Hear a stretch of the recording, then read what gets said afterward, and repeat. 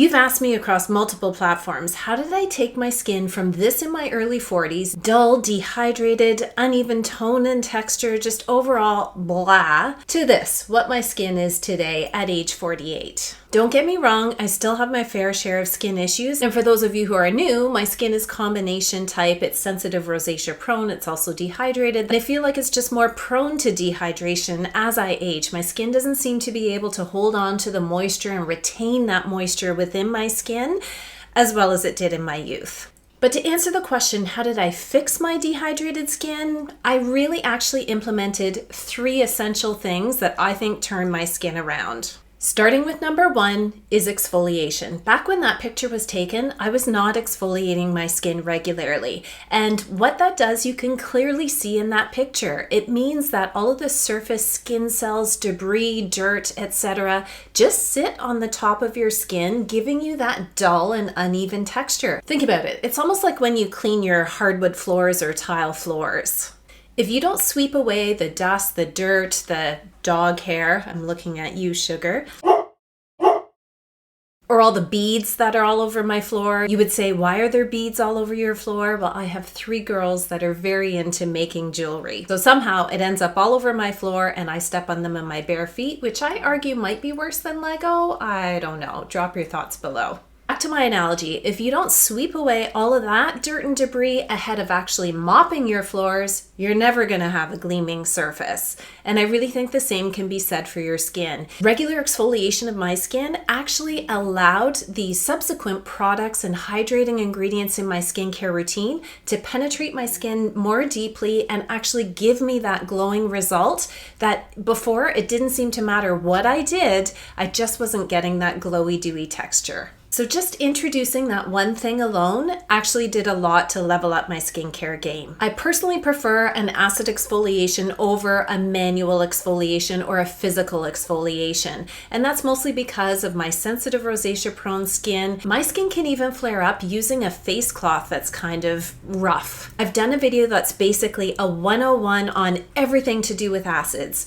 the different types of acids that are available, how to introduce them into your skincare routine. So I'll link that video at the end of this one because you have to be a little bit careful with acids. I was not, and I burnt my face off the first time I started dabbling in them, as you can see in this picture. So I want to save you from that. Be sure to watch that video before you dip your toes into acid exfoliation.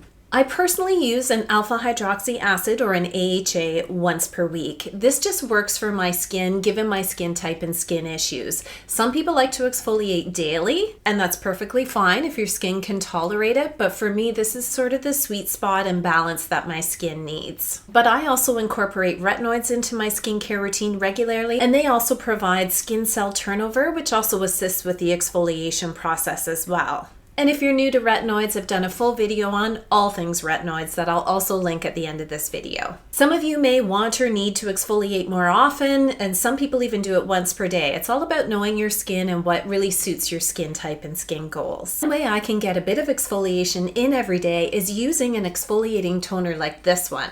I love this brand, it's Skin 1004. They're a Korean skincare brand, and they use Centella asiatica in a lot of their formulations, which is really just a great ingredient to calm and soothe my skin. It's $26 Canadian at the time of filming for this size, which is 210 mils. And because it uses a gentle PHA or polyhydroxy acid, it's gentle enough to use every day. For my weekly AHA exfoliation night, I did want to call out this new one by Cerave. This is a newer launch for them, and I received this when I went to a Cerave event, I think back in February. This is their skin renewing nightly exfoliating treatment, and it's an AHA that blends a 5% glycolic and lactic acid together, as well as hyaluronic acid and licorice root to both hydrate and plump the skin, as well as provide brightening effects on the skin. As with all Cerave products, this one has their 3 essential ceramides in the formulation, which help to lock in the skin's moisture as well. This is a creamy texture, which I really like when it comes to formulations, so I dot it around my face and kind of connect the dots and massage it into my skin. It's a leave-on treatment, it's fragrance-free, and it's $37 for 50 mils. I've said it many times on my channel, exfoliation is literally one of the only things that you can get an overnight result with. It has to do with the action of the exfoliation, removing all of that dead surface cell and debris, just revealing smoother, brighter skin underneath. You kind of don't have to wait for the results. You can do this exfoliation at night, which is when I do my acid exfoliation, and wake up in the morning with a noticeable difference in your skin. Be sure when you're using any acid exfoliation to be wearing a sunscreen in your morning skincare routine, whether you use this at night or in the morning. Once I started exfoliating regularly, the second thing that I did to really tackle my dry, dehydrated skin was to incorporate hydrating serums into my routine. A dedicated hyaluronic acid serum is great for many people. Some of my favorites are Vichy's Mineral 89. This is an iconic hyaluronic acid serum. Osea's hyaluronic acid serum. Those are more on the higher end of cost versus things like the Ordinary's hyaluronic acid serum or the Inkey hyaluronic acid serum. These are both very affordable. Regardless of the serum that you choose, I always apply my hyaluronic acid to damp skin, and I actually find hyaluronic acid for me works extremely well in the summer months. Where I live, it's very hot and humid, and I just find my skin responds very well to using these serums, so I kind of put them in my summer skincare routine as a bit of a necessity. However, I very often prefer to use hydrating serums that actually pack a little bit more in their formulations, including hyaluronic acid. One of my favorites for a long time has been by Drunk Elephant. It's their Hydra Intensive Hydration System. It's $64 Canadian for a 50 ml size, and if that's a bit steep for you, one of my favorite more budget-friendly options is this one. It's the Korean skincare brand that I was talking about earlier, Skin 1004. This is their Hyalu Cica line, and this is their blue serum. It is amazing, and it's only around $12 for this serum. Another one I love is actually a sister company to Allies of Skin, if you're fond of or know that brand. This is their sister company called PSA, and this serum is just so good, full of hydrating and antioxidant ingredients, and it's $43 for a 30 ml size. So that kind of gives you a range of products, prices, and brands to choose from. But I did want to actually talk about this serum. This is the Intense Replenishing Serum by Dr. Loretta. This was actually sent to me ages ago, and unfortunately it just kind of got lost in the shuffle, and I didn't realize I even had it. So I pulled it out a couple of months ago and started using it. I'm wearing it right now underneath my moisturizer and sunscreen, and I think it just gives a beautiful satiny finish to my skin. It has that silicone-y kind of texture to it that you either love or you hate.